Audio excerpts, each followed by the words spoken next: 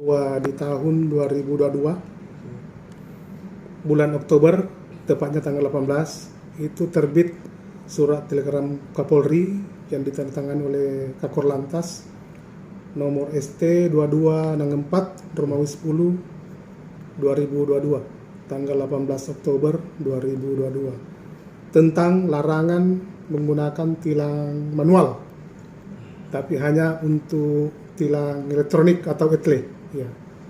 Namun kemarin terbit lagi surat telegram Kapolri yang ditandatangani oleh Bapak Kakor Lantas, yaitu nomor 830 Romawi 4 tanggal 12 April 2023 untuk penindakan tilang di tempat, jadi bukan tilang manual, tilang di tempat. Ada beberapa jenis pelanggaran yang bisa ditindak dengan tilang di tempat. Di antaranya terobos lampu merah atau traffic light, kemudian penggunaan helm, melawan arus, kemudian menggunakan HP, pengaruh alkohol. Itu jenis pelanggaran itu yang bisa ditilang di tempat. Namun tetap arahan pimpinan mengoptimalkan tilang etle bagi wilayah yang punya etle yang ada di Sulawesi Selatan. Tapi di sini hanya Makassar yang punya.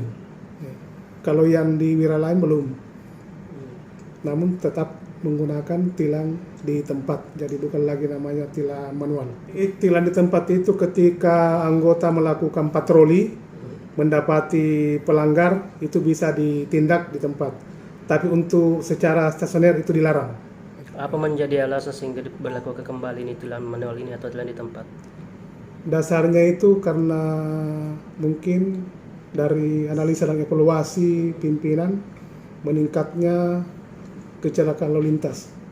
Bisa dipahami bahwa terjadinya kecelakaan itu didahului adanya pelanggaran.